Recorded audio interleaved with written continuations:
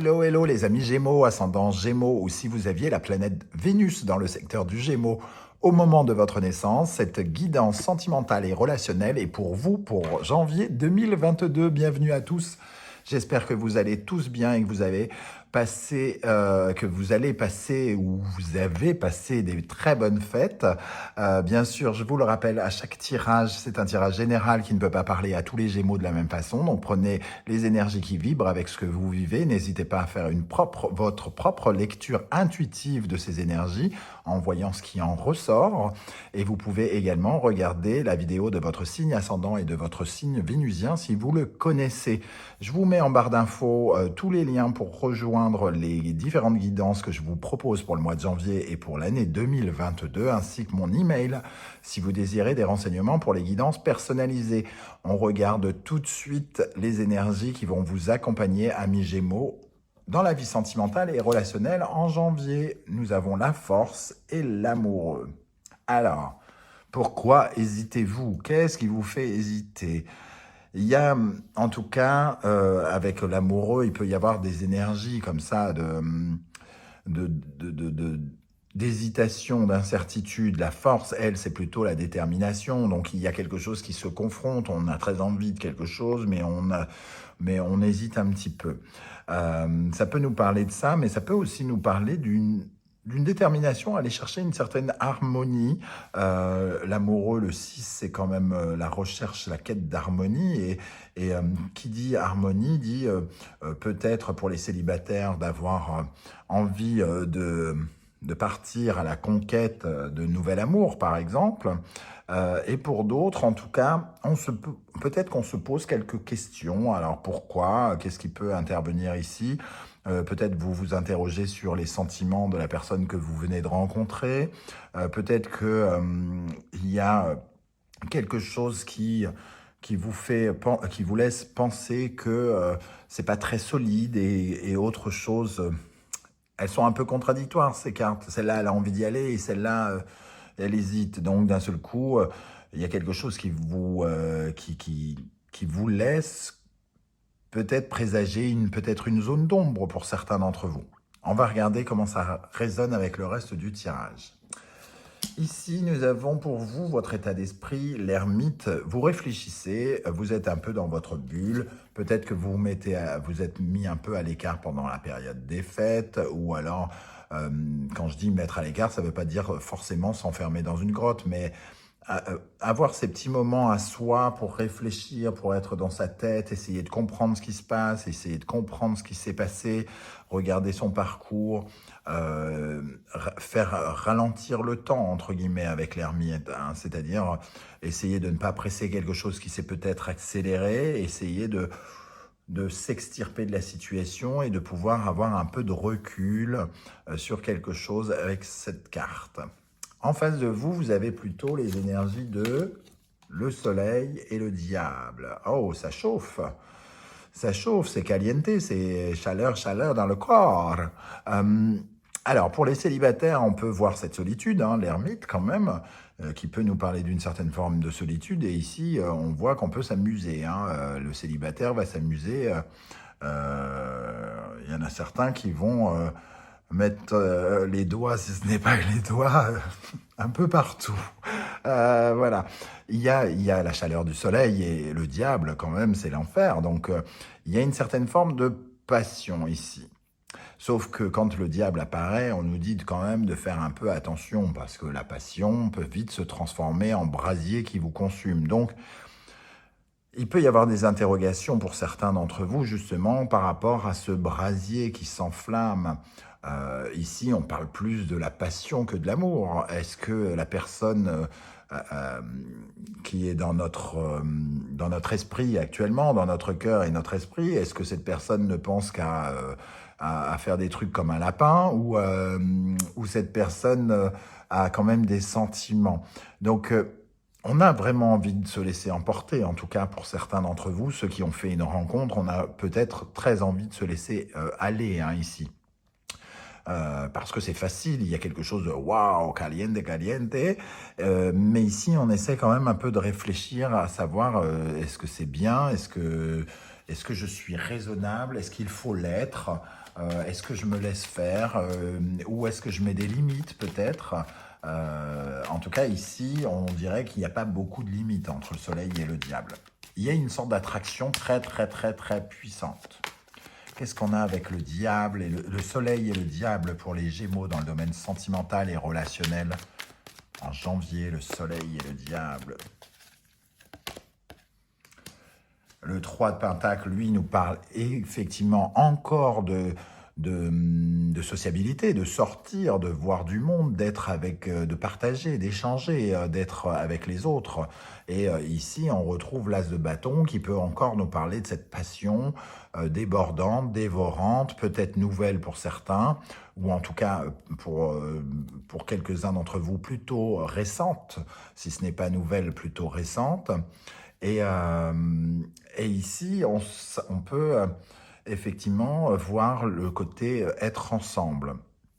Pour les couples qui pourraient se poser des questions, ici, il peut y avoir un petit peu d'explosivité, parce que le soleil, c'est celui qui s'affirme, c'est celui qui est vrai, qui comprend, et le diable, c'est celui qui joue avec les mots, qui est trouble, qui s'enflamme, qui grogne. Et donc, il peut y avoir, pour certains, des petits moments caliente, mais pas vraiment dans la couette. Hein. C'est plutôt la chaleur, les assiettes qui volent, pour certains. En tout cas, les mots un peu durs. On peut avoir ça, et donc on hésite peut-être à savoir quelle réaction avoir. Les énergies qui en découlent ici. La roue de fortune, l'impératrice, plutôt positif ici. Ceux qui sont effectivement célibataires, hein, ici, avec la roue de fortune et l'impératrice, on peut tout à fait faire de belles rencontres. Ici, on a le côté un peu sexuel de la rencontre. Ici, on a quelque chose de plus dans la communication.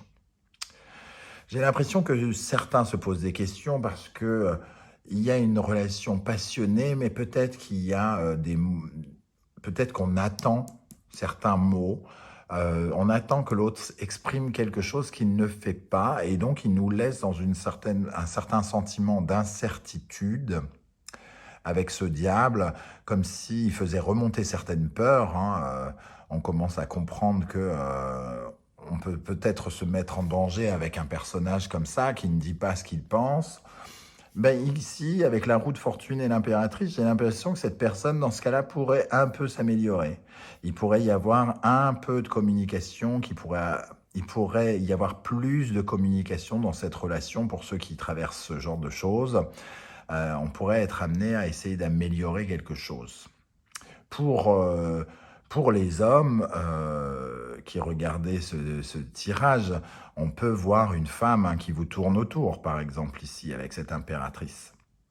Voilà, en tout cas, deux jolies rencontres en perspective, la possibilité de communiquer pour d'autres et des hommes qui sont convoités peut-être par des femmes. Et pour les femmes, ben, on est quand même dans un mouvement de communication, hein, donc il y a quelque chose de plutôt positif. Le conseil ou le message du tarot, le chariot, allez, foncez, foncez, foncez. Surtout, ne vous retournez pas, avancez, regardez ce qui se passe, apprenez, partagez, échangez. Il y a quand même la possibilité d'être dans une certaine forme de fluidité, on va dire, amoureuse ou sexuelle ou relationnelle ici. Le chariot, c'est plutôt positif, ça nous dit vraiment, il faut y aller. Et pour conclure, nous avons l'étoile et le magicien. Ben, c'est super, hein. Pour les célibataires, c'est plutôt de très très bon augure. Ici, on fait des rencontres, ici on est chaud bouillant, donc on sort, on va s'exprimer, exprimer sa sensualité, on va développer son charisme, on va montrer de quel bois on se chauffe, entre guillemets. Ici, on fait des rencontres et avec l'étoile et le magicien, il y a la rencontre qui arrive très prochainement. Quoi qu'il arrive, pour reprendre l'exemple où je parlais de quelqu'un qui aurait rencontré une personne plutôt charismatique qui vous fait un peu chavirer le cœur, mais qui est peut-être un peu taiseux, qui ne dit peut-être pas tout à fait ce qu'il ressent, tout ça, il pourrait s'améliorer à tel point qu'ici, ça progresse vers quelque chose d'un petit peu nouveau pour vous. Il y a un peu de nouveauté, ça apporte un peu plus de corps, de substance, et tout à coup, on aborde peut-être les choses d'une meilleure façon. Il y a vraiment une sorte d'expansion ici avec cette étoile qui monte dans le ciel et le magicien qui commence quelque chose. Qu'est-ce qu'on a pour les Gémeaux avec l'étoile et le magicien ici? Avec l'étoile et le magicien dans le domaine sentimental et relationnel. La force qu'on retrouve ici, hein, la force, l'énergie, une sexualité maîtrisée, quelque chose qui attire. Il y a une sorte d'électricité entre les personnes que vous rencontrez ou avec qui vous êtes. Qu'est-ce qu'on a avec l'étoile, le magicien et la force? Le page de coupe, vraiment, il y a vraiment de très très belles possibilités pour les célibataires de rencontrer quelqu'un et pour les autres de s'épanouir un petit peu avec une certaine forme de nouveauté, hein. Comme je le disais, le page de coupe, c'est quand même... là, ici, le page de coupe, c'est le début de quelque chose d'émotionnellement différent qui apporte pour moi du meilleur. Donc, certaines relations naissantes pourraient s'améliorer. Et ici, pour les couples qui hésitent sur quelque chose, la communication va s'améliorer, même s'il y avait des petites périodes de tension parce que quelqu'un a essayé de défendre son beefsteak.